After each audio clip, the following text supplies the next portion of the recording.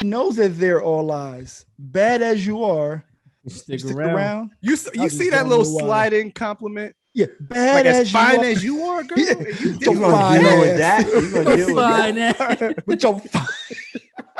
There you go. That's a telltale You been in- sign. If he be like you with been your in- fine ass, he like you been in the gym working hard. You gonna take this? your ass all fat. Come on now. You like See, now Jay's always want to take it. That's the shit you say. You went too far. You're now tuned in. You're now tuned in. You are now tuned in you now tuned in. You are now tuned in to the Juxtaposition Podcast. Man, they got 8-10. Welcome to episode 52 of the Juxtaposition Podcast, aka the Extraordinary Nobodies, aka the 4 hubbies and a guarantee, and the 5 heartbeats to starting 5. I'm putting myself in the other dude position, whereas you just going to work, you just providing for your lady. You got LL working out, thinking about your girl. I don't know how I feel about that. You just bought a new Coach bag, I clearly. was about to say talking all that shit about Right. coach bag and shit. Coach was popping then. Coach was popping then. Nah, for real, I guess so. But yeah, I'm your host, Arsenio Hall. And we're here with you guys, man. I'll give y'all a chance to introduce yourselves. Pulpit Poppy, tell the people a little something. What's up? It's Pulpit Poppy, aka Cleveland. At this point, man, it's been a great week. I'm glad to be here with my brothers, man. I'm glad to have some time with y'all and have some fun. My brothers. My brothers. And my man, Hallelujah. Chef Rico. Oh. Chef Rico. What's good, bro? I'm chilling, man. Having a good time. How you guys doing today? It's good seeing y'all, man. Happy to be Yeah, I here. can't complain. Can't complain. Yeah, Can't yeah, that's what's complain. up. Life is good. I'm out. Took a little tour real quick. Took a little trip. Jumped out the country real quick. Went to Colombia. Something Explored. I was waiting for it. In Colombia right now. Nah, bro, I had to come check it out, man. feel you. Just wanted to see what it was, and Portland Live. yeah, reporting live. But by the time this gets out, I'll be back in a different state. So, Right. you I know, mean, jet setter, globe trotter, no biggie. the cargo. See, Ezo, what's shaking? My computer screen right now because I mean, clearly. Not much, man. Just chilling. Prepping for a little shindig coming soon. Prepping for a visitor to come plop back into town. So that's about it. Just chilling, man. And I'm not joking. My outfit looks like the blinds horizontal. It's the thing. It Oh, looks for real? just like Okay. your blinds. It looks Well, just like let you know, I got the steamer and all that. That's all I need. All I need. Yo, shout out to CE's T-shirt though. I gotta throw that out there. They can't see it, but I just gonna let you know you Yeah. got that knit. The boy Oh, Nip. yeah. I got a Yes, whole sir. story for y'all. I remember, Kev, you was in tune. Everybody else wasn't in tune when I was trying to put everybody on wasn't. to the album when we was in I know LA. I wasn't. Who was this local nigga you listening to? Like, come on, man. That probably was me. Like, yo, my man. Like, Nah, that's true. nah, because you be ODing though. You and Kev be having shit on repeat. And I just remember when we was in the car, when I remember I lost my luggage.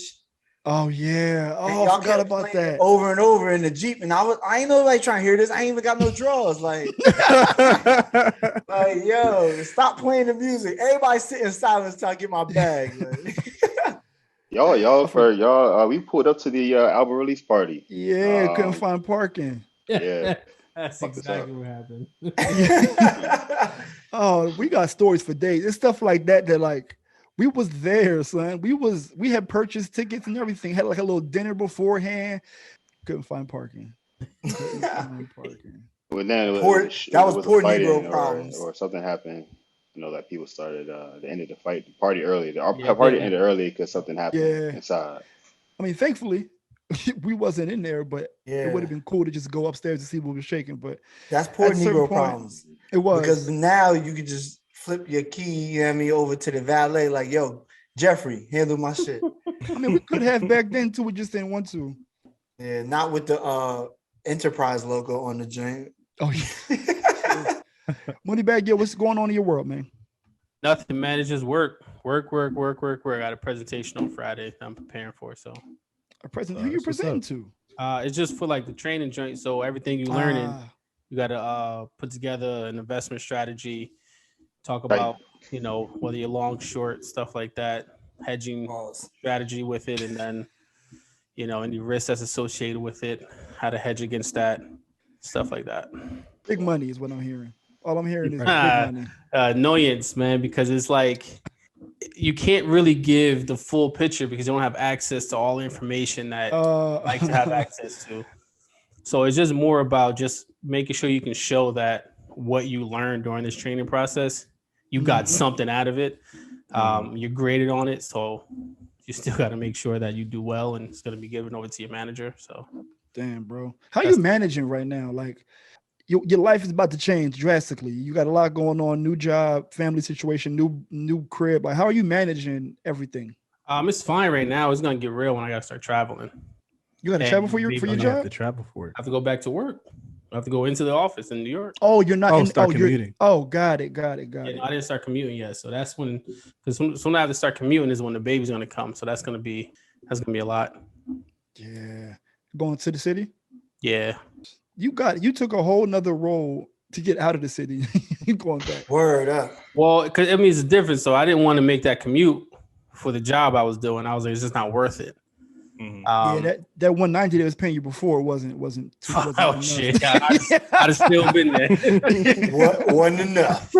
I'd have still been there for that. No, it wasn't. I just if it's not something that I wanted to do, I'm like, why am I going to continue I making get it. commute? So I pivoted, and now I'm back. Before we get to something, I wanted to ask. You just had a birthday. How was it? What did you end up doing? Did y'all go to the Oh. lounge? Yeah, nah. Oh, yeah. Nah, but we just went out to dinner. We went to Chop House. I think it was called, Chop House. Chop Steakhouse joint. Yeah, so we just went out, had some good steak, some smoked old fashions. I had like 4 of those. Those were really good. So I recommend seen the those. picture. I was like, damn. So that can you shit- make a good one? Me? Yeah. I mean, I can not as great as I get from like good places, but I can make a decent one. I feel like old fashions is like my go-to drink outside. Yeah. I don't know how to make it. I need It's to not figure it hard. out. I mean, literally just You just need the bitters and the orange peel and the gourmet ice. Nah, I'm gonna shut I mean, up. the ice is clutch, right? If you got the right ice, because it won't melt as fast. But even without it, you just need some simple syrup, a couple dash Yeah. of bitters, the orange peel, bourbon, mix Get it them up. frozen rocks instead if you don't want. Them I don't frozen know. rocks could Yeah. be clutch. But yo, Var, I'm gonna get you the I know they still have it, but when I worked at Jack, they had like a shaker and Mhm. it has different recipes on the shaker, and you turn it and it tells you like in a diagonal, like add this, and this, and you can make it like that. Oh snap! I'ma Tiff find that got me joint. for Christmas last year. I think I have like the whole like bar set up and all that, but I only use it to like make tequila and lemonade. Mad Man, clean. But nah, it's these pre-made old fashions that I had bought. They The sell joints like, on the rocks joints, right? The Knob them Creek joints- joints. Yo, them joints I pretty know, good. son. Nah, them shits is fire, yeah. Yeah, them joints pretty Son. good. Well, James, look, if it make you feel any better about your little commute, right? Your I'll, little, my there you little- go. Your little Nah, commute. listen, because he preached to the choir, talking about some damn commute, right? So if it make you feel any better, I'll get you a one-way. You can ride with me on the way up. I ain't leaving at the time you leaving, but you can at least save half your money. What time on- you leaving?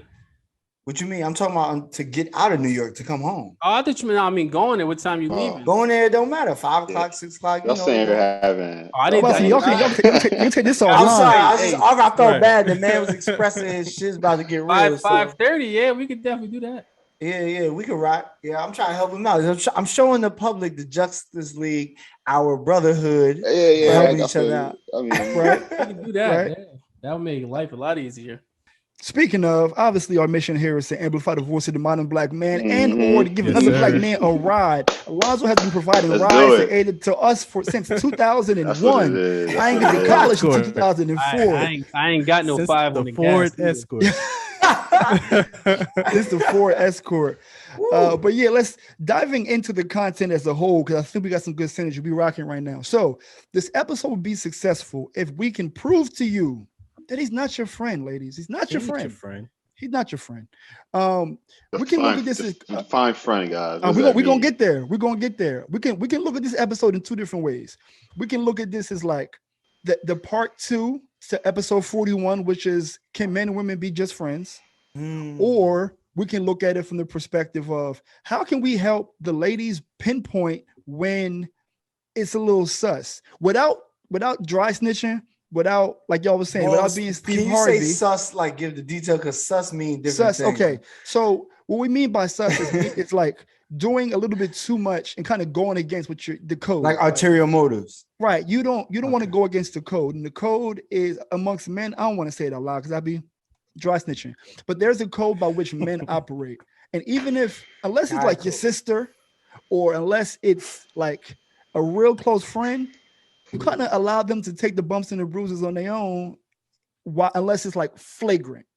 You kind of let the experience happen. So we can go 2 different directions. We can go part 2 with the can men and women just be friends, or the like advocacy route without dry snitching. However you all choose to answer these questions, it's all on you. If you want to bow out and it's like, nah, it's against man code, I feel it. We could do advocacy without dry snitching, but also well, just tell your story. Tell the ways in which I know y'all did some terrible shit to the people, right? Nah, it's a full court. It's a full court for me. It's an open field. Tell your story. I ain't never do that. I'm going to the cup dunking backwards, and I never did that before. Vince Carter and shit. All right, cool. So the first question I have for y'all is, it's a little personal. How do you all feel about the men in your women's lives that are not you? Oh, her dad and her brother is my people. Right. I'm cool with my in-laws. Hold on, but be clear. We had a whole episode 41, if men and women can be friends. I don't want you to contradict yourself in that same vein, but are there guys in your wife's life that's been around before you, just cool dude, that you like, nobody's harmless, but you're like, nah, he just the homie. He the op. Well, nah. Let me go first on this. No. Kev's too. You the one we gotta watch. Yeah. So I would say, whenever you start with you know what's going on. From the past, no, right? And I gotta double check the episode previously, but to my knowledge, I don't recall like that. Now there were people when we first started that was friends, but then like I found out history, like, okay, well, y'all messed around, so that's not no friend, right? That cuts off easily. That's a sketch. You shake it up and you just erase that. They tried to throw it in there like, and I mean they as in like my brother-in-law, my sister-in-law, like, oh nah, that ain't just nothing. That's just something to you. Yeah, because you ain't do nothing with that nigga, all right? Neutralize the threat. Yeah, like nah. I remember this is funny, real quick. I remember after I had already put that out in the air to my wife, and I think we were married at this time. I was like, yo, look, all that friend shit with that is a dub cut, done deal. Okay. Right? I said it's not really my style, but there's this. When you realize a person serves no purpose, there's no value, there's no nothing, you just randomly calling, then you could randomly leave too, right? Somebody write that down, randomly calling, because we're going to have a whole segment of when we know. Yeah, that's going to go in there. So now, I remember like it was yesterday, right? I was eating and we were somewhere, I'm not going to say where, but we were somewhere, and my wife went to go get me something to drink. So now, as I'm eating, y'all know Mama me. Juana's. No. We had like an important event, right? A family event. So like, I remember this story too. You know, I pay attention to everything in the room. That's how I catch people bust their ass and all type of fun shit, and right? sleep. Yes, my eyes are always moving, right? So as I'm eating, I'm not looking at my plate because I ain't go to jail, so I don't need to guard my plate. So well, how you not looking at your plate while you eat? Because I already know what's on the plate. Like, boom, I'm good. I'm looking around, seeing what's everybody doing. So now she give me a drink, and I see homeboy go over there, like, and do the laugh and go, ha, ha, ha, laugh, and do the graze, like the touch, the shoulder and shit. Hold on, graze what? No, not that. Because I think okay, all right. But it starts here. That's how it starts. And if you don't catch it, it's going to. Hold on, you got to say we're here. It's an audio experience. Oh, sorry. For y'all not visual, here is the shoulder, like the top of the shoulder / shoulder blade, like the back shoulder blade area, right? And so who did that? He did that to you. To my wife, right? Well, and it was a lean and a laugh, like ha ha ha, lean on you, touch, right?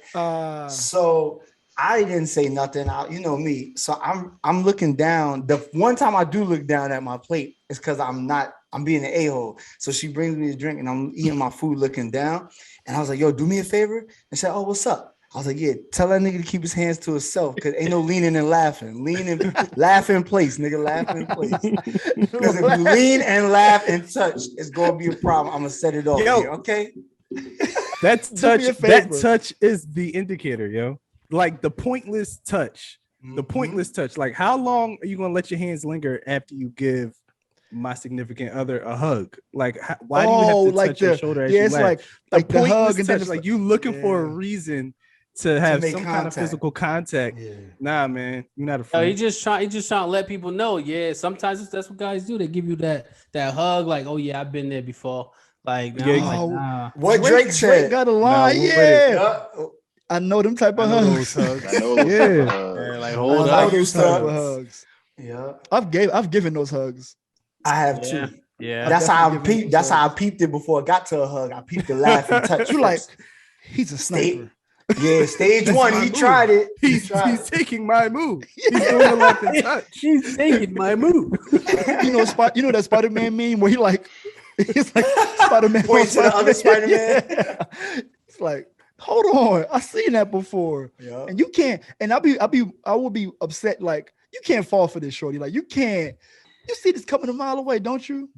I guess hold up. But yeah. Alonzo gave his answer. Are there any other men in the lives of your wives that you're just like that maybe were here before you or here after you? Yeah. So like my wife has friends who are like family who are married. And I know a lot of that like family ain't family. But it's like she has a male in her life that she grew up with, went to church with, who's married, who we hang out and chill. And there's like no anything like it's like I mean there's like no inkling of any kind of weird tension ain't no crumbs. Or ain't no crumbs, ain't no history. It's just like no debris. They're not at all. It's like they're family without the blood being family. Like, but how was that established? How did your wife introduce the idea of a man being in her life before you that was like acceptable is the wrong word, but that you were like, all right. Did you have to see the interactions, or was it like you took her word for absolutely. It? I had to see the interactions. And here's why I had to. I think there were times in the past where people were fooled. Talk to them. There were times in the past where people were fooled by people who were just quote unquote friends. And then you look at the interaction and he's like, yo, he don't think he's just your friend. He thinks he has an opportunity. Or he's not. Something else. Yeah. So the interaction you got to see that interaction for yourself. He might have got demoted. Or he would like to. He would like to indulge if he was given the opportunity. Right? Yeah. I would love the opportunity to move forward in this in a physical fashion, but you can't. Hold on, you got to see that interaction. Who says that like that? Say it again. Say it again. Did he do like a job application answer? He did. Okay. He gentrified. I'm trying to fuck. He gentrified. I'm trying to oh, that is. Go ahead, Cleveland. Let's hear it. Let's hear the proper way to tell someone they that you would like to be. The opportunity to move forward with this. I don't even know how I said it. In a physical fashion. In a physical fashion. They would like the opportunity to move forward in this in a physical fashion. So like, yo, and you got to be aware of that. So the interaction is everything, because it could be like, oh yeah, this is my homie, this is my friend, and then he give you that slow hug, and it's like, no, slow hug. That's what Zoe's talking about. Lingering slow hug. Yeah, it's an extendo that you hold on for like. Why is your hand still there? Why is your hand still at the bottom of her back? I don't like that. Yo, nape. What's it called? The nape is in. Nape? Don't go past vertebrae 16, fam. Word up.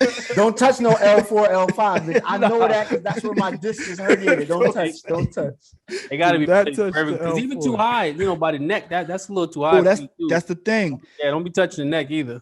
How about we get to my original and don't touch nothing? Laugh in place, touch in place. Touch yourself, nigga. Like, I don't know. What you got, Chef Rico? I'd say there's boundaries for sure. The neck is definitely a boundary you cross. Can't go nowhere near the check of the navel or the hip, or no, really the thigh. If you go anywhere below the thigh, whoa. If we getting close to thigh, we got a problem. We got to fight. Yo, remember anywhere near thigh, we got to fight, bro. remember That's the coming from remember the you gotta fight. you remember the You gotta lay Homeland, hands. remember the Homeland Security like orange level and like red level? Yeah, danger. It's like, yeah, thigh. You have no reason to be in this jurisdiction, sir. So, Kev, At wait, all. but when do you hit the thigh? You got to be sitting down for that, right? Ain't Might nobody give you- touching I'm- the thigh I'm- standing up. Yeah, I'm gonna give you the boundaries. So the thought that starts from, and listen, right, is going to be really specific because there's only certain areas that you're allowed to touch, right? It's Right. always so right. So you can go from the knee, can't touch the knee in between the hip. Knee and the hip is you can't do anything with that, right? You got no business down in that area, right? Right. You can't go between the lower back, the hip line, and the lower back area. You can't go nowhere near that. You should, in my presence anyway. Like if I'm Oh, there, no. you see me there. You know, I'm gonna take that as disrespect. Your area is the mid back and below the neck, like at the top part of the neck, the shoulder, Shoulder the blade, the Got like a shoulder little. blade. You got like. You got this right here. Okay, you could pat it, all of that. You can pet it. The space the size of a Hug's juice. That's your level of opportunity. Yeah, it got to be a pat. It can't be a caress or. Yeah, you got. touch, That's all you got. You got all back there. You can't caress nothing. I mean, you can't even Right. squeeze nothing. It's just that's all you could do right here. Buddy, old pal. Right. Good job. So I'm just saying, like, there got to be boundaries, there's limitations. I would say those are probably for me would be mine. I wouldn't want no one to disrespect me like that because, like I'm not saying that all of that makes a need for a reaction to be real. To be honest, it doesn't necessarily always need to be a reaction to that because I think in a weird way that's a compliment to the wife, letting her know that she's still building that confidence that she needs for herself because I can't be the only one letting her know how great she looks and how great she is. And Right. so you kind of have to have a boundary of sanity to say you can accept some of those things because they're going to happen, right? Like men are going to be men, women are going to be women, right? And Right. that's what that is. So, yeah, But I it's- mean, just be open to that. It's have a dialogue. I think that the hardest thing is that we are so afraid to have certain kind of dialogues that just breaks barriers about insecurity or things that we don't feel comfortable talking about. You know what I'm saying? Right. And I think that in saying all of that, it's just we can go into it and say, I didn't appreciate him touching me like that because I might know his intentions. If I know his intentions, then I'm gonna have a different reaction to certain things. And I would hope that you can take heed to what I'm saying, not from a hater's Take perspective, heed. But from an your OG. I've been on the you know what I'm field. saying? Yeah, just trust me when A I tell you what I retired know. player. Yeah. Like, I've been on the field. I used my left hand, went through my legs, went behind my back. I did it all. Just trust that I say he's setting up the Euro step. He's setting the Right. Euro up. I don't know if you can see it or not, but he's gathering. He's about to go Word over up. your head and lay it on you. That's what he's gonna do. Yeah. Or try. That's what it is for me. So I would say I don't have too much of a but those are the areas like in my respect. If I'm gonna be in a room and I catch the hands and it's still her fault too though because she allowed that to some capacity. I'm gonna put the accountability on her. Okay. And I would hope that she could put the accountability on me. If that were to happen because I didn't nip it in the bud when I should have. You feel what I'm saying? And if I know that was going to be a thing, then I should have prevented it from being a thing before it got to being a thing. And that's what I'm saying about the conversation. All I gotta do is tell her, "Shorty feeling me," and just be cool about that, right? Because that's just the Right. reality of it. The reality of it is that people find you attractive. She want parts, babe. And that's cool though. I think that's having that conversation is you put it? necessary. No, I And the would thing- say, if that's how he would put it, VAR. That's how I would put it. But the thing is, I know there may be ladies listening and thinking that how are we supposed to let you know when girls is feeling you? This is not your episode. Well, So I don't think we're saying that either. How are they supposed to let us know when girls are feeling us? Nah, because they're gonna think every girl feeling this. or how can yeah, true. But like, y'all got to know it's- your man though. You know your man, right? You know what kind of man you have. Like, let's be Yep. 100 about that, right? So this is I mean, I had right? a scenario, funny enough, and I don't want to get because we're not going to spend too much time here. But for example, the brunch that y'all came to for my graduation, me and Tiff was real early. She already peeped the scene. She scanned the room in 5 minutes. She was like, "All right, I see, I see what I got to work with. I see what I'm dealing with. This one wants this. This one wants that. This one wants that." Came home. She just said, "Watch who you're friends with. They all don't want to be friends." I was like, "Oh, okay. Well, all right." Yeah. I was like, all right, point taken. Heard you. But go Kim ahead. said something interesting though. He said like you got to know who your man is in a situation. Like so, if a woman is showing interest in a way that maybe your wife notices, and maybe you notice it as well, but you're like, it is what it is. She wants parts as Var said, but isn't it the same thing for our women? Like, can we say the same thing? Like, you got to know your woman. Like this guy, he's laughing and he's touching my shoulder, but your significant other would never let it go that far. Babe, he's gassing the car. Is it the same thing? I'm gonna say something. I think sometimes women are a little different though. Like they act naive. Yeah, they act like naive and you know they're not That's as just harsh. Charles. They're not as harsh. Yeah, it's like, but they don't want to hurt someone's feelings because they don't think that the intentions is there because they're not. You know, they want to be naive. Sometimes they obviously know. It's clear as day sometimes. But I think they always know. Sometimes subtle. If you can I ask a question though? Can I ask a question? Ahead. Do we? All right. So I get what you're saying. James, I agree with what you're saying, but I'm just saying, like, have you ever been in a position where a woman is being a little bit too friendly, just a little too touchy? My joke wasn't that funny. You laughed really hard. Like, right. Yeah. So like, how do you react in that situation? It's like, I may notice like, okay, she's interested. And I kind of dead the conversation just real quick. Like, let me get out of this conversation. But I might not be aggressive and say like, don't touch me again. I'm a married man. Like, you know what I mean? But like a lot of times we want our wives to do that. Taught me that joke. Right. Like we want our wives to do that. Like, yo, don't be touching me. Like I'm married. But it's like, yo, in all actuality, I don't know if I come with that energy sometimes when I notice. But women can't do that these days. But go ahead. So. Go ahead, James. Let James answer the question. Then I got a reply to that. Oh, my bad. I know that was the actual question. Yeah. But I mean, I guess like you need, because I think guys are more aware, because if a girl is flirting with you, unless you really just don't know what flirting looks like, when girls are flirting, it's clear to me. When guys do it, they hold on, pause, James. You have to understand who you are. That's one thing you have to understand. You are aware, but that is not something that comes standard. That is power windows and leather seats. Everybody don't have that. Like where you going with it? Yeah, everybody don't have that. I think you can discern, because I think that women are better at knowing who's flirting with them than men are. But continue the statement. But okay. So nonetheless, I think, in my opinion, guys know when a girl is flirting with them, and girls are just oblivious because either one, they might get it all the time and it just becomes like second nature. This is just how everyone treats me. Whereas a guy, it may not happen that often. So when it happens, you're like, oh, I know this is going. You know what I mean? And then two, I think, again, girls are just nicer. Like, it's just like, oh, they just being nice to me. That may be the case. I got to be honest. I was oblivious when women were flirting with me. Like, oblivious to it. I remember one time I went, it was a work trip. It happens and so some often. Some of my colleagues were with me, and it was some people there, and they were like wanting to take pictures with me and all of this. This is like a work event, right? Where was all that, China? So no. I was in Michael Atlanta. Jordan. Kobe. That's Michael Jordan. It's so strong. But y'all didn't peep the accent though. Like, I did. I tried to let it go. All right.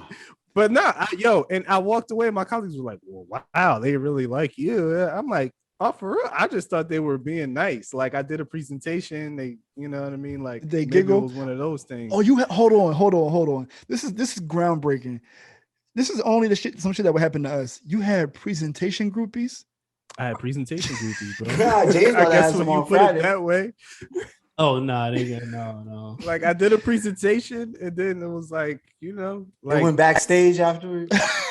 Nothing went down, but I didn't know. Yo, I notice how he didn't say no. He didn't say no. Notice he didn't say no. There was no. I said nothing went down. I said but you ain't say nothing about backstage. What backstage at a presentation? Where we gonna go? The safest debauchery I've ever heard. They taking pictures of Cleveland after his presentation. Celebrity. Ain't even say who you was, who they thought you was, nothing like that. Oh, slide 3 had me going. Yo, I'm My done. slides are fire though. So Yeah. Nah, but I can see that. I can see that. slide 3. Yo, but real talk, right? All right, so I get what y'all saying with the naive, and Kev said like know your significant other, right? And sometimes we know that a lot of times, even if your significant other knows that they're messing, that they're the person trying to holler at them or whatever, they just don't want no static, no beef, or they don't want to bring up a Want to situation. make it hot. Yeah, so it's just like That's a keep good. trying That's to a be good friendly. point. Because also to Kev's point, knowing the clientele, if you are the kind of guy that kind of trips and flips out, if any guy even looks in your girl's direction, chances are she's not going to tell you when a guy is trying to, invade her space. Even if she can neutralize it herself, she probably won't tell you. So it's important, guys that are listening, you got to like be easy, and you can't always react. Chances are Irrational. that person is a psychopath if that's how he reacts all the time. Yeah. See, I didn't I didn't flip. I just ate my food. Like, oh, do me a favor real quick. No, but you do me a favor. First of all, you are psychopaths though, because you didn't even look at your food when you was eating it. I didn't need to. Break contact and nothing. Like, I know my peas at. Yo, but real talk though. No look See, scoop. this is different though, because this is not a random or a new or a friend. This is a previous history there. That's a different type of level than being naive. Ain't nothing to be naive about. Y'all, if y'all did what y'all did, y'all did what y'all did. You know what I'm saying? So I'm just making sure ain't no flashbacks and no we not going back down memory lane. That's all. Yeah, you're like, nah, ain't no more 2008s. We passed that's that. Dub, sorry. Oh man, but now that we're on this topic, because y'all have brought up a lot of good scenarios, examples. How can you convey to a woman, your friend or your significant other, that he's not your friend? What are some things that you can say definitively makes him not her friend? Like, I'll go first. Like, if he buys her flowers, that's not your friend, fam. What? Puh. If he buys you flowers, that is not your. I'm sorry that reaction. Yo, if he's buying you flowers, it's funny that you even have to say that, because that's a real thing. Yes, it's a legit thing. Oh, he's so sweet. Let me ask y'all a question, right? So okay, go ahead. This person that's not married, it's a single person that's getting flowers from another single person. What are we saying? It doesn't matter. Yeah. I think. Or are we saying a married person getting flowers from a single person? It does matter. No. Take the relationship aspect off, so to speak. But this is just individual to individual. There's been no indication that either person likes each other, but it's like a guy sends a woman flowers. She could be saying, yeah, or for an occasion, or just because an occasion, birthday. Oh, I mean, it's a gift. What if she likes flowers? What if she really likes flowers? It's just because it's a gesture of sending flowers that kind of like, okay, he's after her. Good point.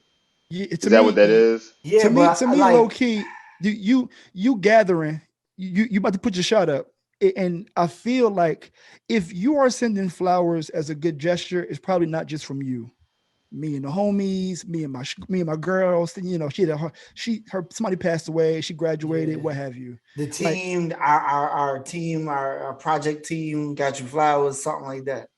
Homies just felt like it's your birthday. She loves dandelions. I'm gonna send you 36. 36? 3 dozen?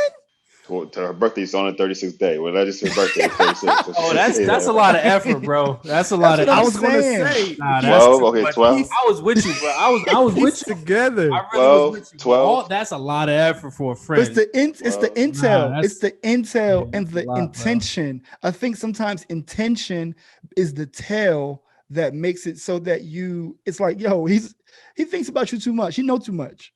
Yeah, the only time I ever got my female friends any flowers was because they have kids and it was Mother's Day, which is like, happy Mother's Day. Okay, same thing. Mother's Day, right? So what? It's the same thing. Like you send another man's wife flowers for Mother's Day and he feels some type of way. He's wrong or he's not. Oh, that's a good. Let's stay here. That's why I agree with. Well, this person was never in the relationship. Now I was exaggerating at 36. When it's like their birthday, you send them 36 dandelions for their favorite flower and a little bow on top. That's a lot. Yeah. With the pink ribbon, because that's secondary. that's effort that you're gonna get some cheeks at the end of the night. I'm getting cheeks effort. Like, because there's always is also a distinction to be made between dudes who move a certain way. There are guys who don't want for women's attention. They get women's attention all the way, and they may just be in and out, just doing great gestures. Those dudes are like, that's the 1%. Not a lot of dudes is out here moving like that. So they're the minority. They are. They're the vast minority. But let's stay where you was, Kev, in terms of and Zoe with Mother's Day flowers. mm-hmm. If my homegirl is married, I wouldn't. And it's just me, I'm single, I'm not sending her Mother's Day flowers. There's something else I can do. You know what I mean? Like, Happy Mother's Day. Sex, right. You know what I mean? There's something else that can happen. Some people can look at that as like a good gesture, but am I tripping? Do y'all feel that way? No, I agree. Like I said, when I said the person was single parent, so, and you all know we've pretty much all watched the kid, like, you know what I mean? So that's different. It's like, yo, this the homie. Happy Mother's Day. I know you ain't got no Negro getting you no flowers, but you know, you my people's. Like, that was it. But it's not, if that person was in a relationship, no, sorry, not done. I don't want that misconstrued or like. But also, because now we're getting into the nuance. Because by definition, what you did would categorize as a person that we're saying is waiting in the wings. Yeah, but that's why the question is, how do we know when he's not her friend? How can we tell? Like, tangible, like, that's, to me, flowers is like an indication, like, nah. How about y'all? Because we don't want to get too far deep into the flowers. That was just my example of when I feel like she's not your friend, shorty, if he's buying you flowers. How about, what do y'all think? Didn't we say checking it, like, yo, the what you doing all the time joints? How often is the line being drawn? It shouldn't be daily. Okay. Shouldn't be daily. If you think if you checking in with a shorty daily, you want parts.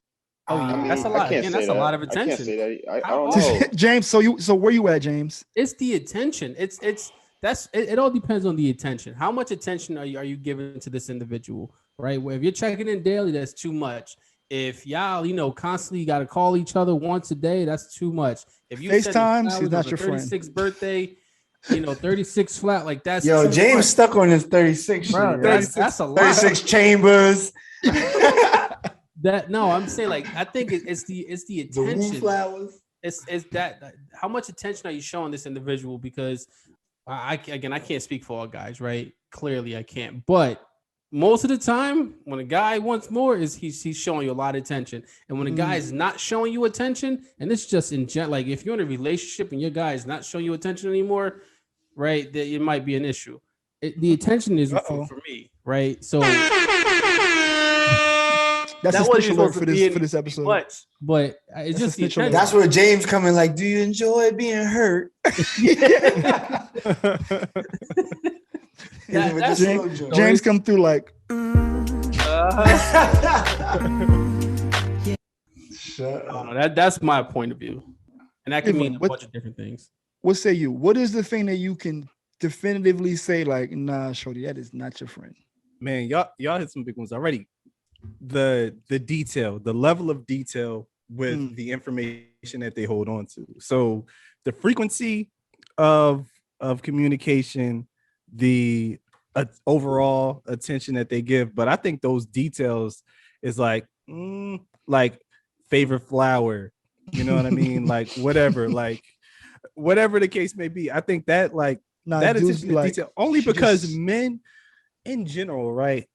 A lot of men, like, we listen and we kind of like summarize and we like to get the gist of a conversation, right? Like, we like to get the overall overview of a conversation. When I'm paying attention, it is on purpose. When I'm paying attention and taking notes, it is legitimately on purpose and for a reason. I know your ring size for a reason. I know what your favorite Jordan is for a reason. I'm not holding on to that information just because it came up in conversation and it's like, oh yeah, well, I knew you liked the Jordan 11 Conquers. So nah, man, like, you took note of that for a reason because you wanted to pull it up again when the opportunity presented itself. So I think that level of you hit it with the You hit it with I know you just got a new car. I know you didn't want to ride around with the dealer's license plate, so I figured I would just get you a license plate holder. It's like, yo, It's those are the things, here, man. I'm telling you. Like your girl, we're trying to grandstand on people. But like, Cleveland, here's one that was probably, in one of our pre-show meetings, that was probably the origin for this entire conversation. Buying food, purchasing food for a woman that is not your significant other. I don't know. I don't know about that one. Are we out together? No, like, I'm not. I'm not saying nothing. Look, what do I'm you just mean? I'm bringing this men buying food to the table because we had it in the context of work husbands, right? It was he always buying you food. Like, babe, he's not your friend. He's not your friend. It's the consistent. It's that consistent aspect. Again, that's where I go back to attention. Now, if he's constantly doing it, right, he's continuously want to be around you, right? Every day he's taking you, buying you lunch at work. He wants more. Then it ain't just lunch. Exactly. Now, I went on a couple dates. Now we got a problem. Right. Now you're dating. Exactly. Now you are dating. You want that Did he just convince you to go on a date at work during lunchtime? Were you getting paid for that? Oh yeah, I got it. Side note, I got to find this comedy sketch and send it to you. It's about a dude who moved to LA and went out on a gay date and didn't know he was on a gay date. Oh, it's hilarious. It's just not funny. But the whole premise of the joke, the dude was saying, but he talked like me and he looked like me. Like that was the whole premise. Like he was like, but he talked like regular. Me. Damn.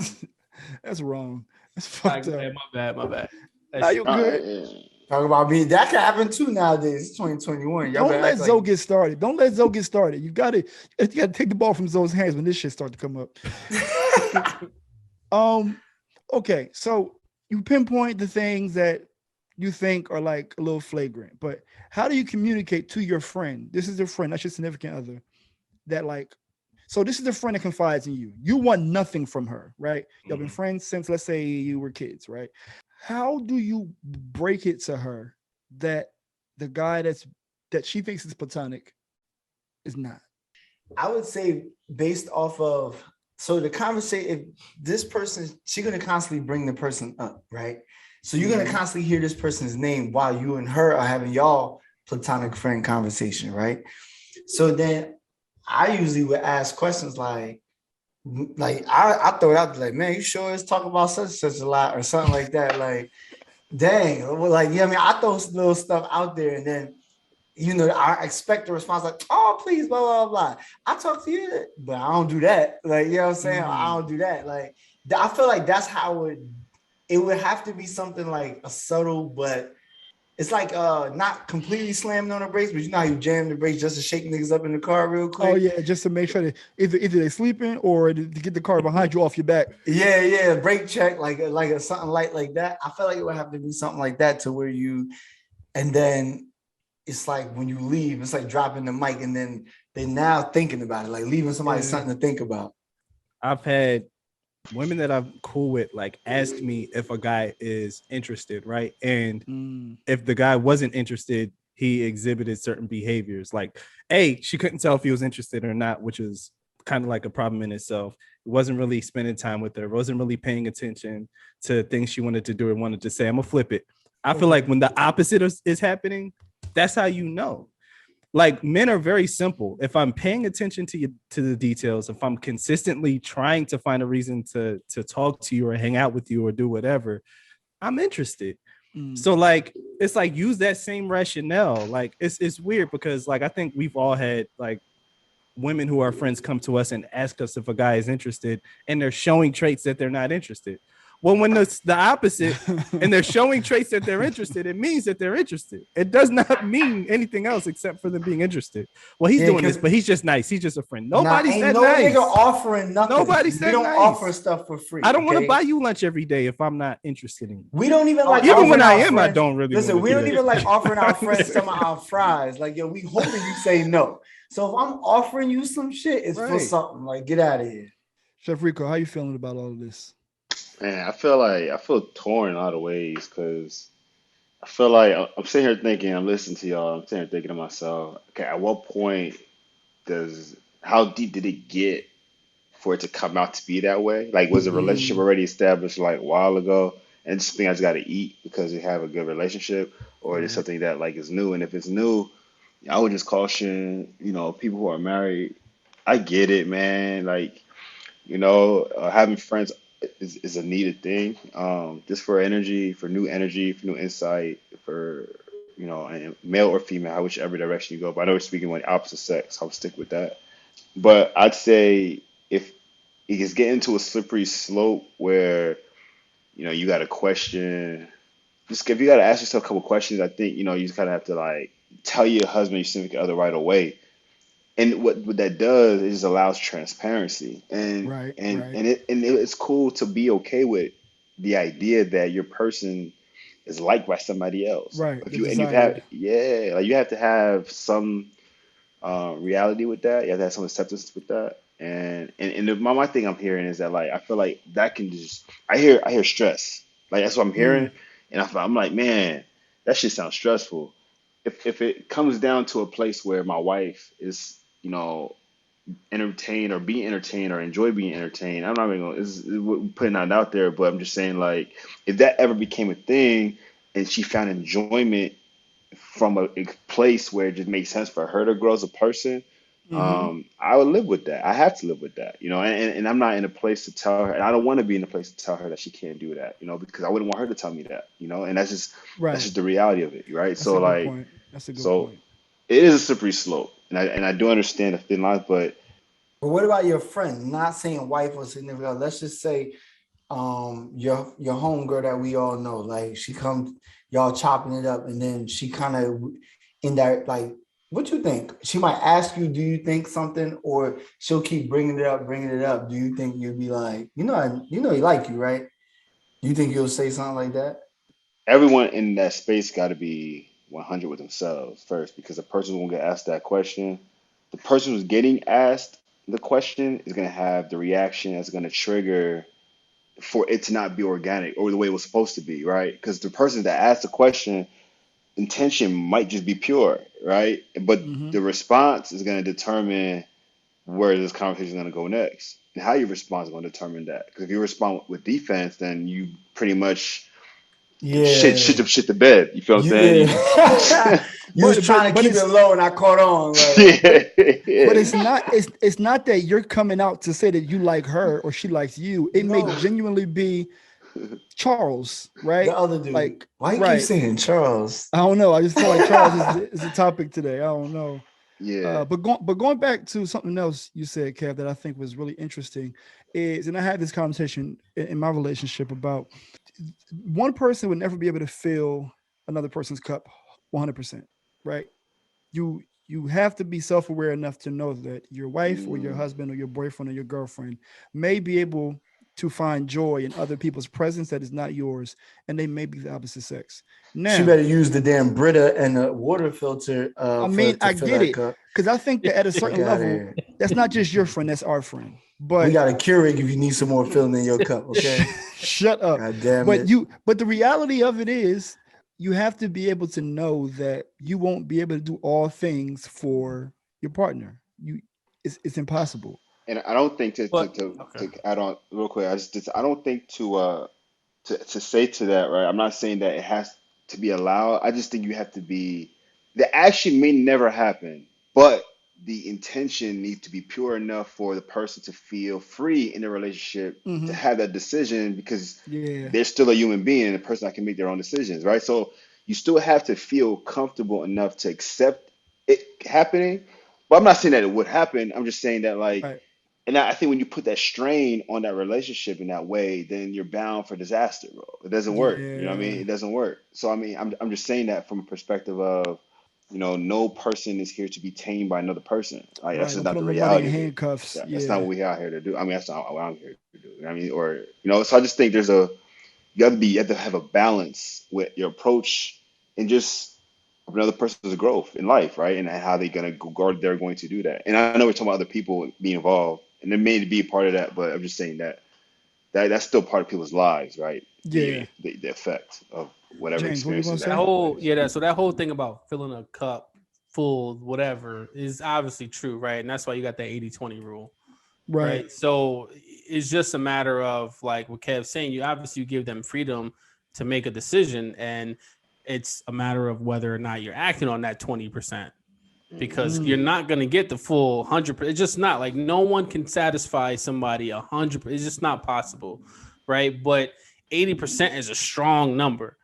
But if you find value in that 20% and you act on it, that's where the situation comes. But in relationships, especially marriages, especially marriages, right? You should obviously trust your significant other to make the right decision, and that they're not going to act on whatever other 20% they may have gotten.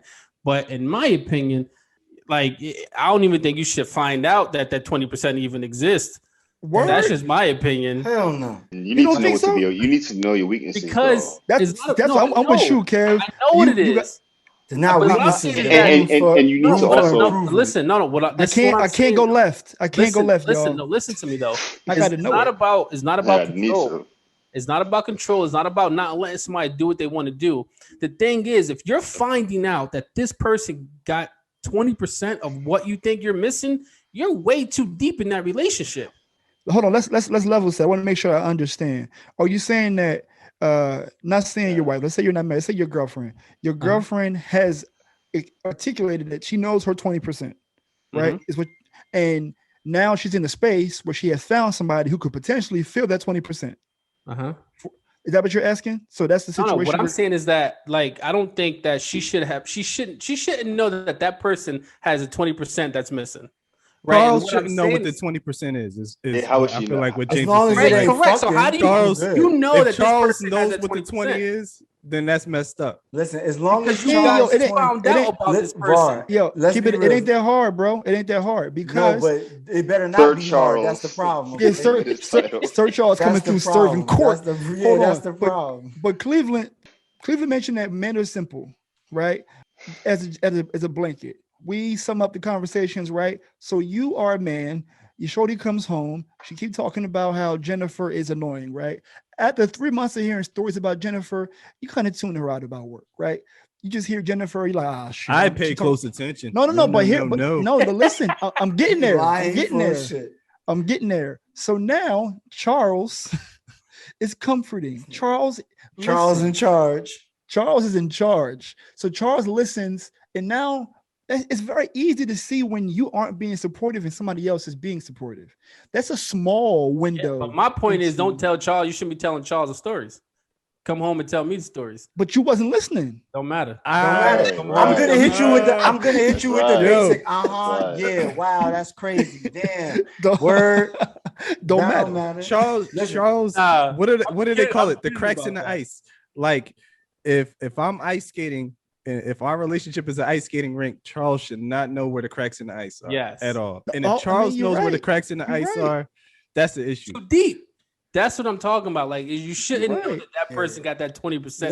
Just watch I'm not even going in the direction to say that someone, because I guess you guys are saying the person that the Sir Charles, right? Sir Charles. Nice, Sir Charles. Why you give him so much respect? So what Charles is 100. You got to take pride to be. He should never got to the pie to begin with. He's somebody important to get into that. Good luck, Chuck. I ain't calling him Sir Charles. Chuck is sitting at the table. Call that nigga Sir, please. Oh my God. So you're saying you're pretty much what you guys are telling me is what I'm hearing is that if 20% exists, she shouldn't know about, or he shouldn't know about that 20%, and the other person too much. Yeah, it means like you get to know that Shorty is saying too much. If Charles even knows that there's a 20% that exists, that Charles that's missing. Charles should be none the wiser about what the happenings are in the house. And as far as Charles knows, her husband or her boyfriend is amazing. There's no cracks in the cement, so to speak. Mm-hmm. And it's like you're not gonna act on the 20%, even though that person may know. I'm just saying they should know the 20%. I probably happen to know an example of when y'all all was Charles. Never. I never was Charles, bro.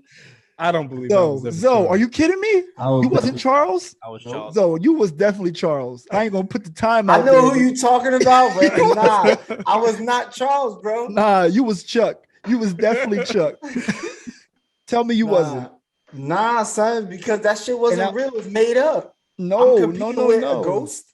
No, but you with a ghost. Man, listeners, I want to tell y'all so much about this situation, but I won't. But just know that you was Chuck. You was Chuck. Yo, listen, it was a ghost, man. I don't believe it. If you're not real, if you're not in my presence, if you're not in 3,000 miles, then you not existed, my nigga. That's it. So that's another story for another day. That's how I feel, okay? You see how Zoe be making up rules? I didn't know nothing about no 20%. I ain't hear nothing. You felt it. I feel a lot, but that's another story for another day. I'm saying that let me shut up. Just go on. Yeah, exactly. I wasn't even gonna go there only because you said you never Chuck. I'm just saying it happened no time when you were Chuck. James, stay quiet. He know what time it is. Nah, this what happens. A couple times. Yo, Juxtaposition League. This is what happens when Negroes know you too long. They've been around too long. They just seen too much. Okay, this is what I'm talking about. Var knows too much, just like the rest of you. They being quiet. They know too much. This is what can happen if this. Let's say you was talking to somebody else. That's what we mean by somebody knowing too much and that 20%. Now they know. That's a fact. I've known a couple of situations where I know the cracks in the ice. I know exactly where it is. Wayne Gretzky. Let me go ahead and repair. Let me see what's going on over this side of the rink. Bring out the Zamboni. Yeah, no, damn well I can't skate. I'm just gonna walk on this ice real quick, real slippery. Now pivoting to this is tough because I just want to know for a takeaway, how can women who are listening to this podcast really be clear in understanding who is not for them, who don't have their best interests at heart? Because if you're in a relationship and dude is trying to come through and fuck up a happy home, like how do we convey that? Like how are we supposed to communicate that? That was the original question. We got into a deep dive, but how do we communicate that? Can we? I think this extends beyond people who are in a relationship and have friends of the opposite sex, because there is an implication to having a friend of the opposite sex that you think is just a friend and you're single. There is an implication that having that type of person around in your life, because if you have somebody sitting in the passenger seat, then when you meet that person who's supposed to be in your passenger seat is going to be taken. You can't think that this guy is just a friend and your other friends are telling you he's not just a friend. And then Mr. Right comes along and you're like, well, why is Charles riding shotgun? Like if he's just your homie, he can get in the back and let me sit in the front. Like, I just feel like there's implications to having people stick around, and you don't really want them in that way. If I'm a new guy and Shorty come to scoop me for whatever reason and chucked in the front seat, literally. Yeah, we got it. Your brother, yeah. Today you just second string. It happens. Nah, they got to get in the back. You better get up, get his ass in if the you're back. not, this is the question I was going to propose earlier. Like again, it matters to me to know whether or not this person is married. If you're single and this is what you're dealing with, then the reality of it is there's always competition around until it's a union, right? It's locked down. Right. So it's just like all of those are supposed to raise the stakes of the outcome if you don't take it. I mean, I know love is involved, emotions are involved, but when you take all of that stuff out, when you take the emotions out of it, you have to look at the situation at hand and consider it a story or a way to bring out the best of you, right? Because you're only comfortable because there's no one else around if you're not married. And then once you're single and you have to continue to like do the work to continue the relationship to stay fresh, I think whoever's in charge of that relationship or if she's in charge, she's the boss, bro. Like, you know what I mean? Maybe she is that person that needs to be gained or won or to that degree. And that shit still exists. But that's my thing. Like, is it a single relationship or is it a marriage that we're worrying about the op? You know, if it's marriage, you're worrying about the op, that's different. You know, that's a different issue. All right. I mean, that's true. Well, let's say we kind of handled if you're married, because we talked about that. So let's say that single. The competition is on. It's opening night on in NBA. A lot of games. You got to ball up, bro. If you single, it is what it is. I mean, I'm not. There's really for me. There's no advice to offer, right? I mean, it's all fair game at that point in time. If you're single, if the dude is hanging around as a friend, you know, Whether if you want that person as a friend, you're gonna put them in a friend zone, and that's it. If you feel like you want something more than a friend, but you're not sure, you can always make a move and see what's up. You're not But making no motherfucking move. I have no other, for friend. If you single, listen, man, it's all fair game at that point. All right, well, James Brown at? I'm single and I'm ready to mingle. All right, well, let me shift it again then. How do you neutralize yourself, or how have you neutralized yourself as a threat if you are a friend to a woman? Give her space, bro. Yeah, let it go. Let her live, bro. Yeah, let it go. That's you know those boundaries that Kev was talking about. Respect and to create the boundaries too. Yep. Fall back and go out your way. Don't. No. This is because I think Var's question was always more or less like, you're not together. This is not even your, Right. That's what I mean. Go out your way to set those boundaries. Like, you know what I mean? Don't be that person like, oh, if he can't accept your friends and then he's not the one for you. This and like, nah. If that's the type of person you are, you clearly don't want her happiness. Yeah, exactly. Because if that was you, I guarantee. Nah, she mine. You know what I mean? Like, so don't be that person. If she's moving on, like if you like her, you lost. You know what I mean? You should have made that move. You lost the chance. Yeah, it's okay. Now you just be the cool ass friend. Exactly. Now you're just a cool friend who come around every so often. That's it. But you just can't throw no hate on these. Like you can't. You can't. Exactly. You cannot be. Nah. Well, not if you was a friend.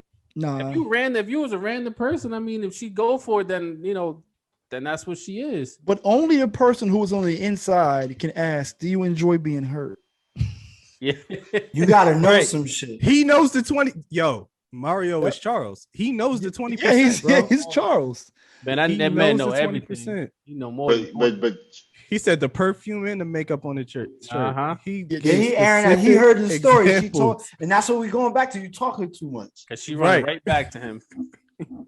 She knows that they're all lies. Bad as you are, stick around. You see that little sliding compliment? Yeah, bad like as fine you as you are, girl. Yeah. You gonna deal with that? You gonna deal with that? With your fine.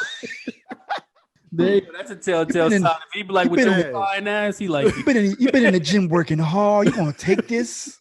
Your ass all fat. Come on now. You like see now, James always want to take it. That's the shit you say. You went too far. You start giving out descriptions and shit. Like, I'm saying, I feel like I feel like right. Girl, your ass way too fat to be dealing with that shit. Girl. Come on, but James is right. Your body right. You've been eating well. You've been eating clean. You let him talk to you like you don't let him treat you like this. It's a lot of guys out there that would treat you right. Then all of a sudden, yeah, that opening is killing. Well, Cleveland and Zoe, y'all didn't answer the question. How do you neutralize yourself if you don't mean no harm, but you are a friend of a woman? How do you make your... I thought I did answer it first. I said fall back and use the boundaries. Mm-hmm. Like create the boundaries. I need more, because you've done this plenty of times. There is... Because I know you be trying to air me out here. I just want to No. This is the good thing. The space that Zoe occupies in everybody's life is no secret where you land. Right. Okay. And you're even a better case study because you're ultra supportive. You are some single moms' emergency contact, and you want nothing to do with them in a sexual manner. You know what I mean? Even if you were single, how do you create those boundaries so you can be supportive but not tip the scale, so to speak? Well, one, I don't be calling like you said, the daily, the consistency. Like I'm consistently there, but not consistently every day. Like I'm here. If you invite me to stuff, I show up. I'm with everybody else, with the squad. So that's one way to do it. I'm not just showing up randomly every day. I ain't bringing random days of flowers, no 36 chambers like James talked about. Like, so I just create the 36 dandies. Yeah, I just create the boundary. Like I chill, like you said, I fall back, and if you need me, I'm there. But there's no other. Here's another thing. One thing I feel like we forgot to mention is the conversation. Not just having conversation, but what the conversation is about. Like, ain't no explicit conversation. Ain't no dangling the sex talk. That's what me. I've talked my way into some box by talking about things like that. Talk greasy, and you get the grease. What? They'll be making up saying, yo, bro, on right. yo. Talk greasy and you on air. I don't want no grease. I don't give a fuck who giving it. So like talk greasy, you get burnt. I'm just saying, yo, that's how that go. I think that you're probably the best case study. But Cleveland, do you have, this is not a joke. This is a real question. Do you really have female friends? Not Bible anymore, study. Yo. No, not anymore. I had friends that I was cool with. Women who were strictly friends, nothing ever happened that I was cool with. And it kind of just fell off. But like I knew that they were involved in relationships. And whenever I knew that, like our interaction, it did change a little bit. Like I didn't ask them probing questions about the relationship. Like if they offered up something, good word. Like, I wasn't trying to reach for stuff. Like, but if they offered up something, I gave advice from a strictly like I think I was fair with the advice that I gave. I wasn't trying to like incriminate the dude, and I wasn't trying to like slide myself in either. So like I guess I just kind of honored their relationship. Yo, because people's business, because people's business, like, hey, we were cool, but I didn't even know, how do I know she's giving me all of the accurate information? Right. So like I can't just jump in and be like, oh, he's trash, yada, yada, yada. Like, and then they get cool again. And then it's like, oh, I remember you said my man was trash. And it was like, I think if you hold the grudge, you like her. If I hold the grudge. Like if you hit the F that nigga. If you hold the grudge after they had an argument. Oh, yeah. You definitely. That's another sign. Like, fuck. It's like you can't believe his stories. You know they all lie. you know. Or you mad when they patch it up. You mad when they patch it up. Like, damn, y'all made up. Like, right. I know you smell the perfume. Question. The makeup on his shirt. Here's a good question for you. There was a person that we know. Right, all of us here. So always getting personal, James. I know. Always. Shut up, y'all just airing me out. I was taking the punches. Nigga done talked about my whole show. I was good with that. I wasn't Charles. The public ain't know. I was trying to keep my face anyway. So yo, there was a person that we knew that we used to be in kind of the crew, whatever. And I recall a time where the individual low key, like I guess, threw it out there for you, Cleveland, to see whether. Yeah, you Negro, that they liked you or that they weren't interested, but women they're not as like aggressive like us. So they just throw the fishing reel and see if you catch it. You don't recall? This is so I think I know what you're talking about. Go ahead. So like how do you react to that? Like, how'd you wait, that's a completely different situation. You're saying that we're friends. Yes, and this person is like, oh, so it's from like, okay, so it's not a greasy dude. It's kind of a girl trying to slide into to be. Yeah. But exactly. you maintain the friend zone. You maintain that's what he's saying, like the harmony. So he asking, how did you do it? I don't recall exactly how I did it, but I honestly don't. I don't recall how I did it, but like he moved off campus. For me, it's like that's a fact. You got to be very. I think I know what you're talking about. And I think I was just very aware of what the interactions were. Like after that point, like after I understood, like, okay, this is a different feeling between the two of us. Like I have to be more like conscious of how I interact with you. So you just avoid people because you disappeared after that. I didn't avoid anybody. I just, I'm not going to be in certain situations anymore. Is really what it is. Like once I understand. Well, here's a different. Here's a good. Let's flip it. And I want to hear from all y'all on this. When you decided to be serious with the person who you have married, well, Cleveland, we just discussed. You can't really answer this question. How did you position it to the women in your lives that like either you want to start scaling back in conversations with them, or the propensity or the amount they don't have as much access to you? Did y'all have those communications when you met your future wives? You mean like with other people or with her? Women in your life, women that you were friends with, right? That you're like, this the homie, whatever. And you like, oh shit, yo, I met her, right? Then you'll get serious. And did you ever have a conversation with your female friends about how they may not have access to you as much, or how you're going to I don't know. I'm a different. Oh no, I've never been like that close with a. Okay. James was never close unless he was doing something. Yeah, that's no. what he wanted to say. Like I've had female friends, but I've never been close to the point where I need to have a conversation with you about something. Got it. I did not, because I felt like if they are real friends, they, like we said, we do for them. Like we fall back. So I know that happened. I will say that when I chose this individual, I made sure that they knew those consistent people. And it's your job as whoever you are, like it's the woman's job to explain to us who the regular friend is that has not been intimate with you. And then same vice versa. Like it's our job to say, hey, this is our friend. This is like a family friend. Like Cleveland said, I've known this person for X amount of time since I was this old, this whatever. It's just, my mom like this person, blah, blah, blah. That person should respect and create that boundary and would make your significant other feel comfortable. Like you ain't got nothing to worry about. Like, they don't got to say that, but just by the actions of falling back.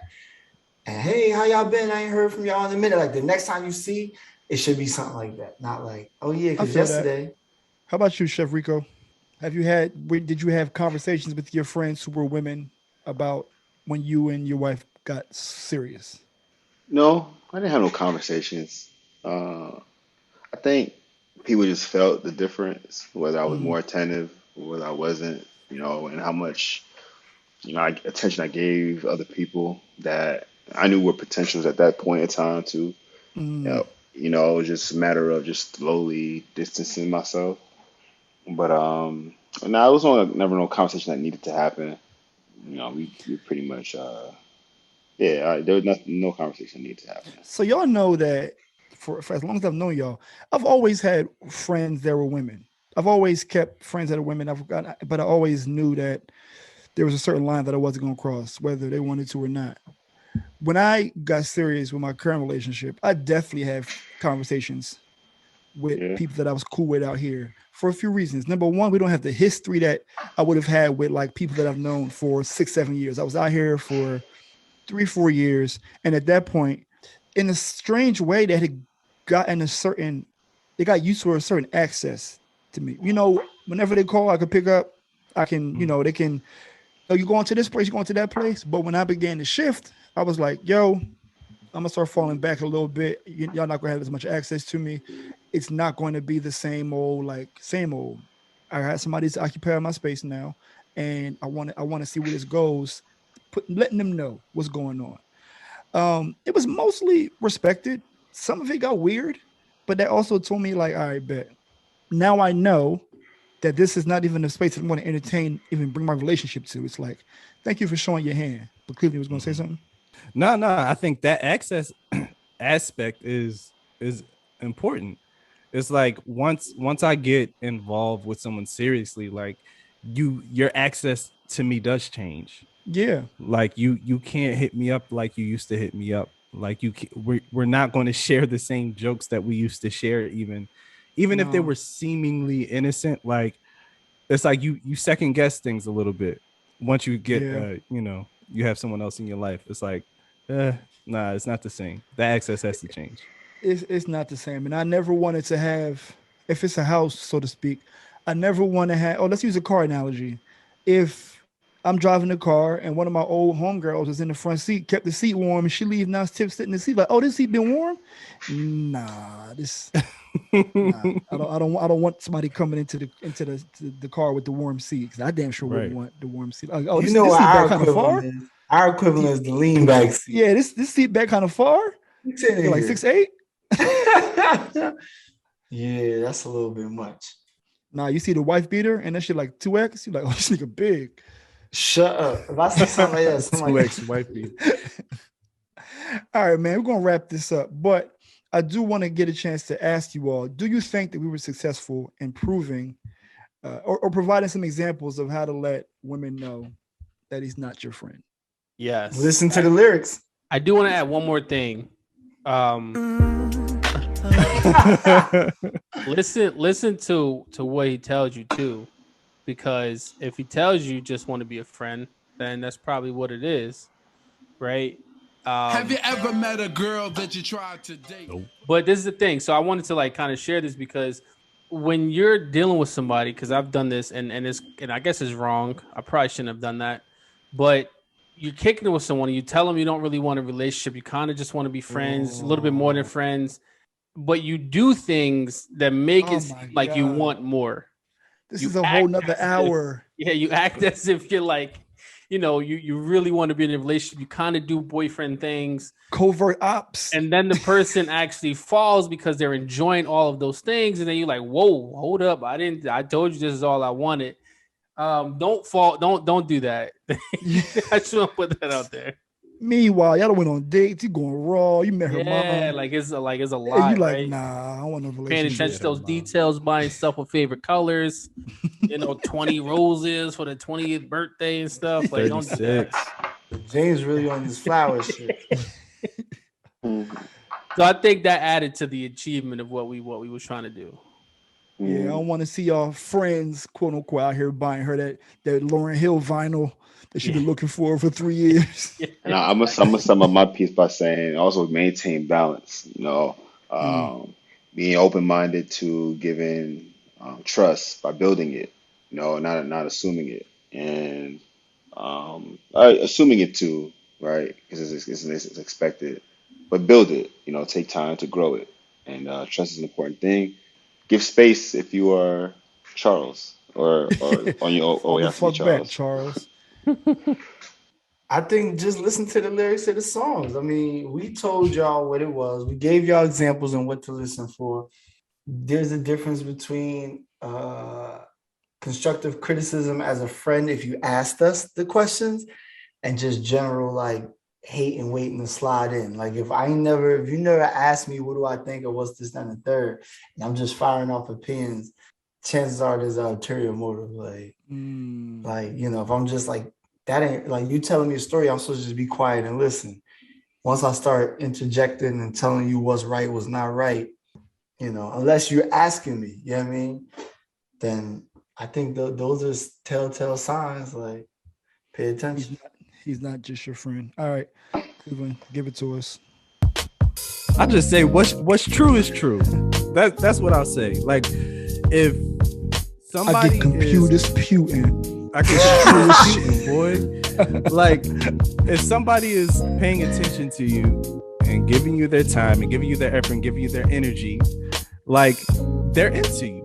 Like a man, if a man is doing that, he's into you. Because if he was not into you, he wouldn't know what your favorite roses were. He wouldn't be buying you 20 roses on your 20th birthday. Like it wouldn't happen. So don't put him in the friend zone just because you want him there. What's true is true. What's true? He's not your friend just because you say it is. Oh, you should have rhymed the true with like something else. I was waiting for you to bring it home. Like what's true is true. Cool. If he's paying attention, then he wants you. You know what I'm saying? Haiku vibes. Don't forget, if you talk greasy, get the grease. Slide right in. Sure. Oh wow! No, my man just went further. It did.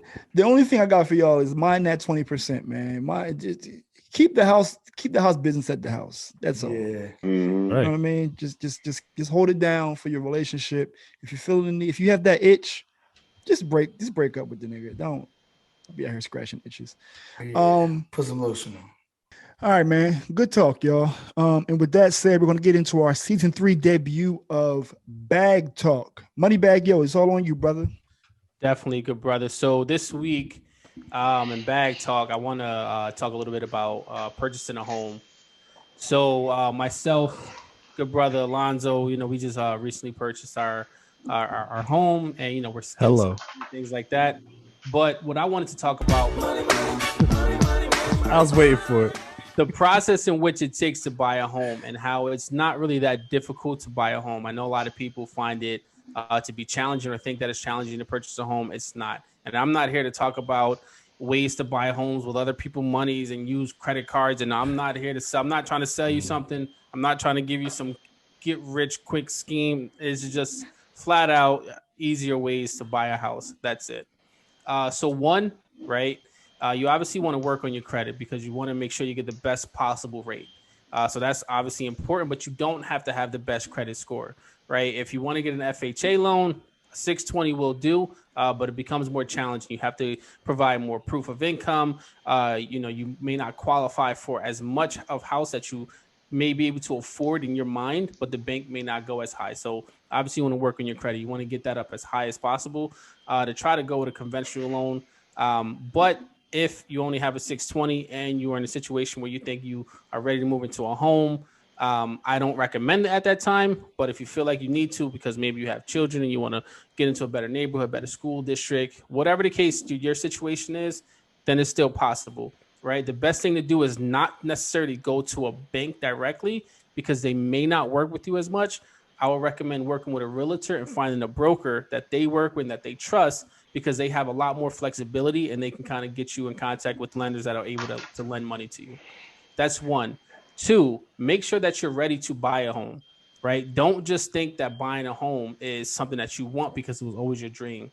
It becomes very expensive to own a home once you own it, because anything that breaks, you must fix it.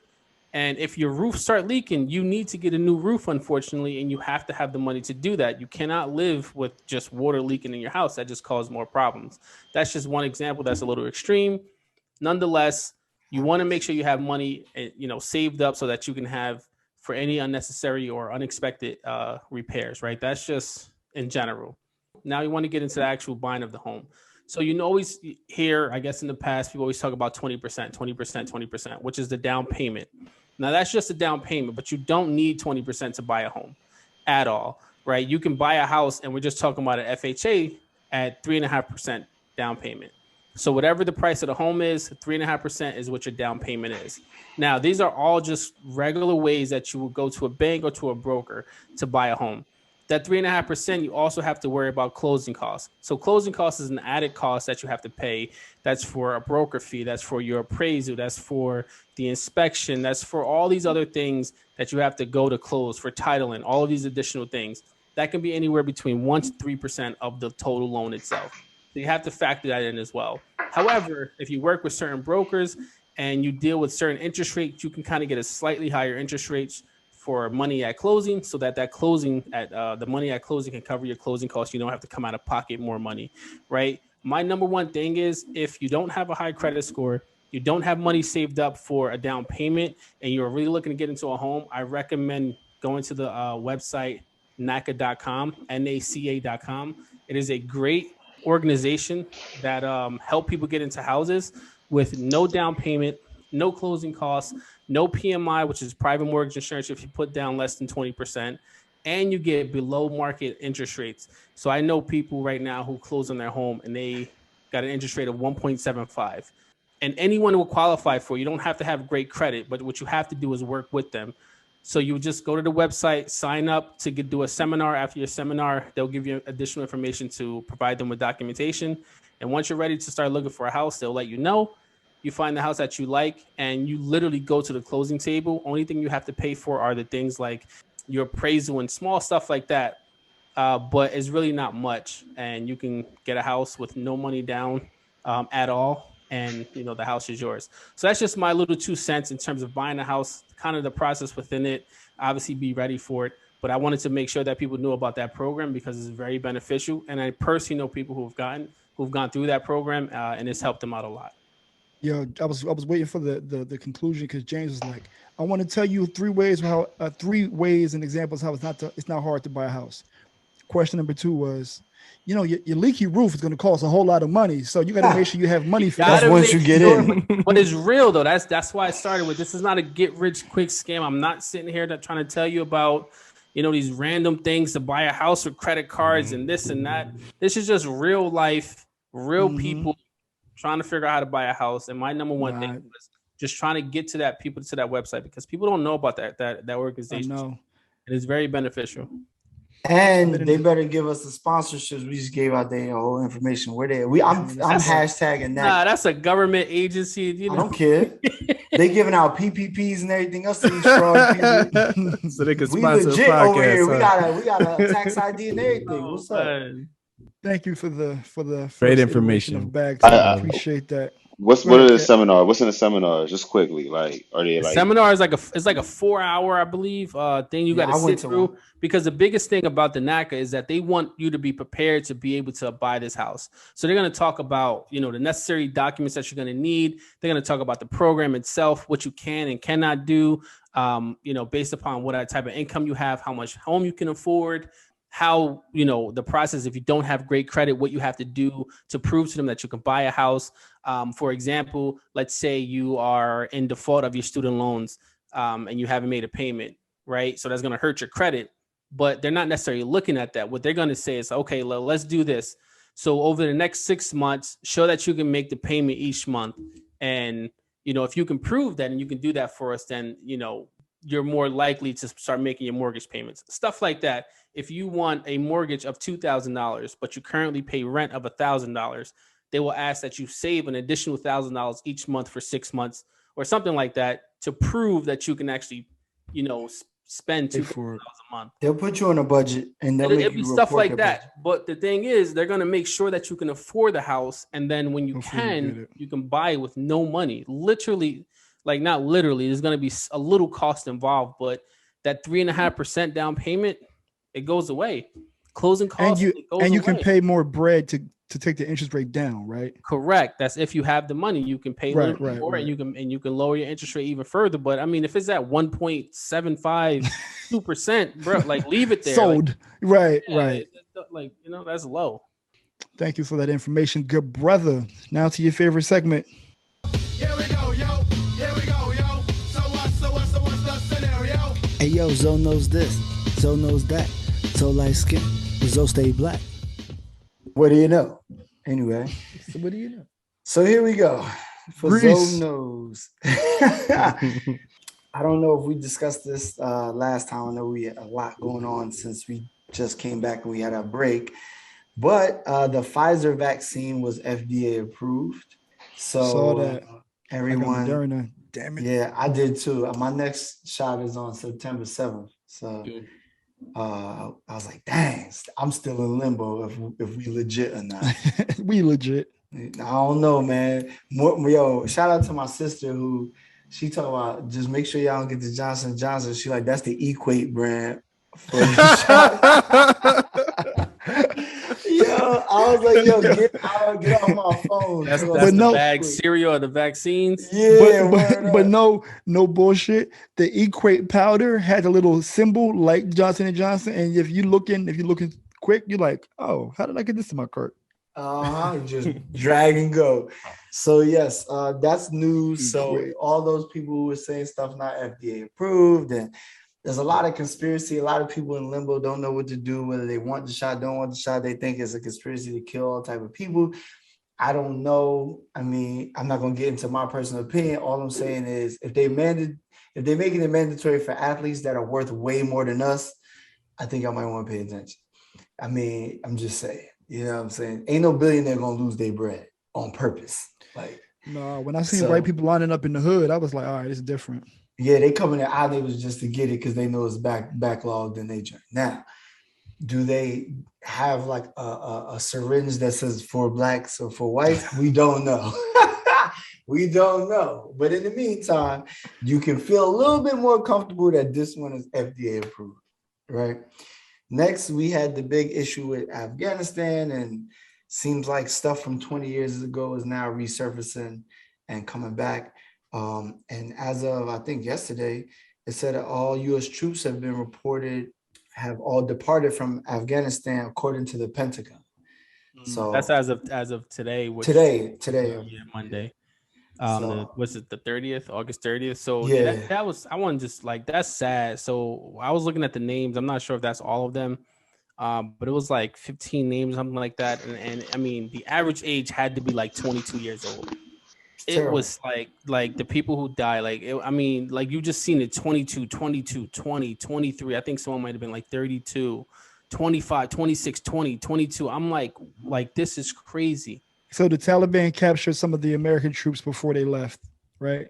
No. There was an explosion that happened at the airport. From because it's like it's like they call it like a ISIS variant, like the Delta variant. because it's like ISIS TP or something. I Some don't little know trainees. exactly, They're but like it's the Golden Lord like kids. it's like ISIS 2.0 essentially. It's like a spinoff of the original one. Yeah. And that's kind of who's taking hold of everything over there. And I guess they had an explosion that happened at the airport that killed a ton of Afghanistan citizens, and then Some US. some of the U.S. troops, which is just sad.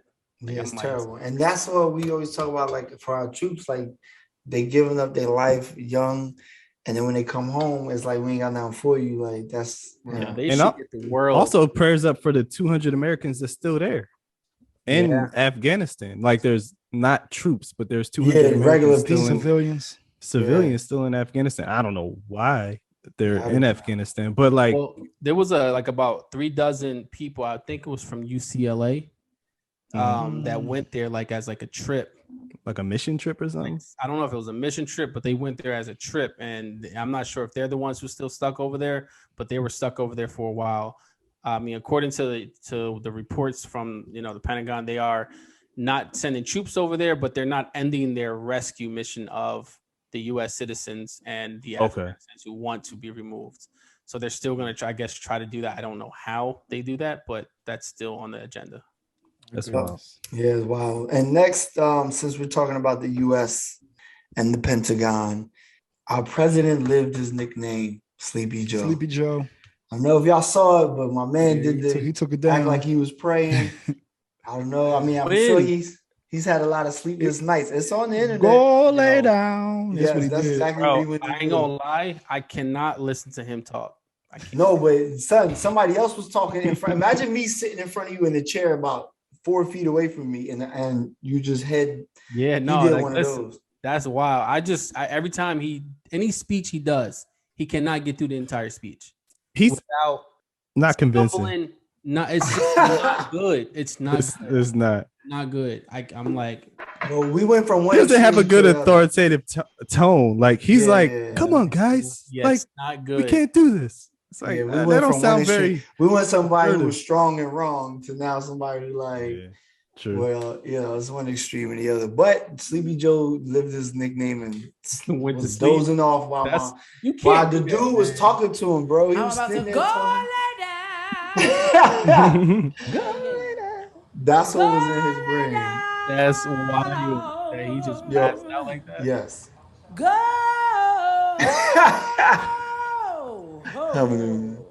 Somebody get up Mr. President some 5-hour energy before he starts, talking to people. Word up. Go ahead, Cleveland. Look at your neighbor. That's the part right there. Go. This is for Joe Biden. He needed to. He wanted to. He wanted to go. She's wild, And he did the nod like he was in church where you sleep and dozed off. All he missing was some old lady just grabbing his leg or his arm. When you had it, that's crazy. So that's crazy. Also, Hurricane Ida. It's hitting New Orleans again. I feel so bad for these folks out there. Hopefully, they was talking about the safeguards in place should be better.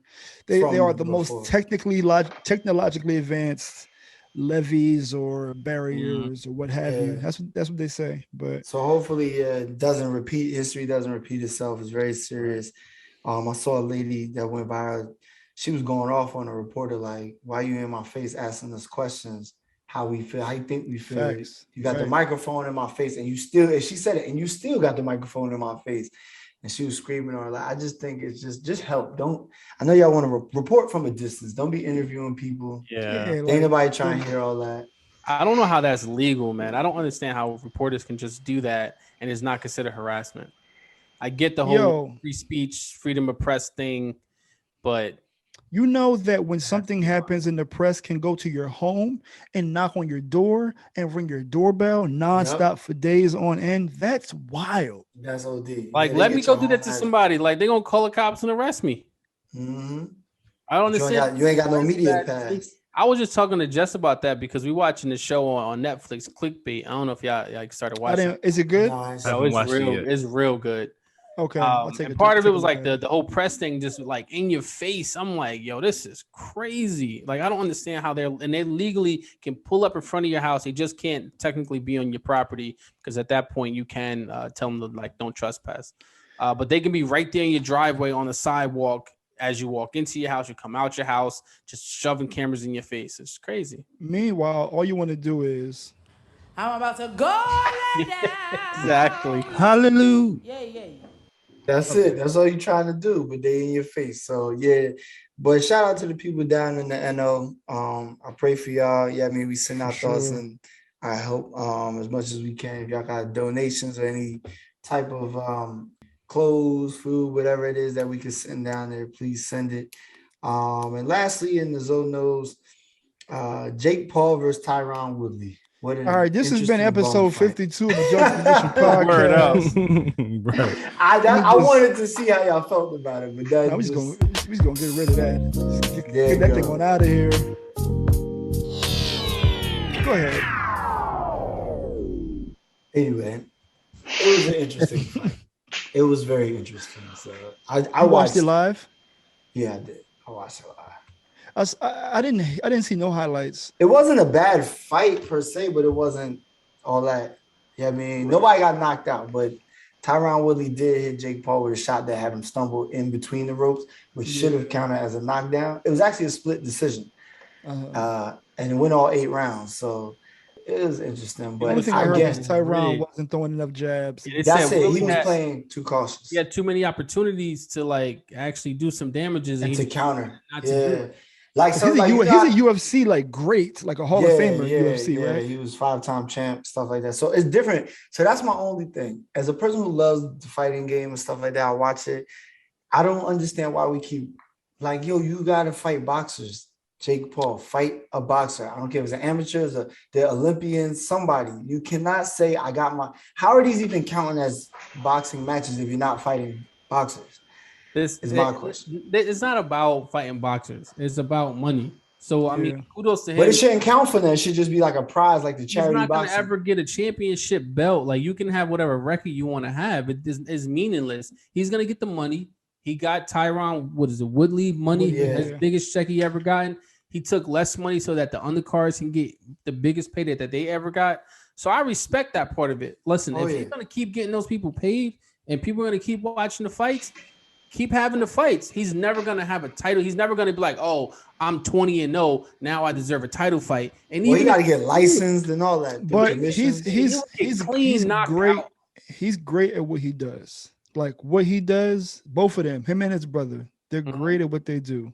And that's entertain, that's make money, that's capitalize off certain moments. And I'm okay with that because the thing is, people want to see it. If not, they wouldn't be having these fights. They're capitalizing on being hated. Yep, because they want to see them get knocked out. People want to see him get knocked out. Yeah, because they talk crazy, and they're not going to fight anybody that's worthy. Because if they do get knocked out, that's the end. No one's gonna that. Oh, I got my fix. No one's gonna watch anymore. I believe. I mean, Logan fought Floyd. And now that was a jab fest. That was a sparring match. That was a sparring match. I mean, true. We don't got to spend too Bro, much time. I've done more slap boxing people at the basketball court than that fight. Like, that was crazy. But anyway, that's the end of the conclusions on those. I just wanted y'all take on that last, like, these spoofs fights and what the hell's going on. Go ahead and keep the ball so we can get on out of here. Well, on that note, we would like to ask God to grant us the serenity to accept the things that we cannot change, the courage to change the things that we can, and the wisdom to know the difference between the two. Amen. I'm about to go lay down. Inspired by a true story. Go lay down. Go. Stop doing it. Stop playing. But all right, y'all. That's been episode 52 of the Juxtaposition Podcast. We will see y'all next week. All right. Peace.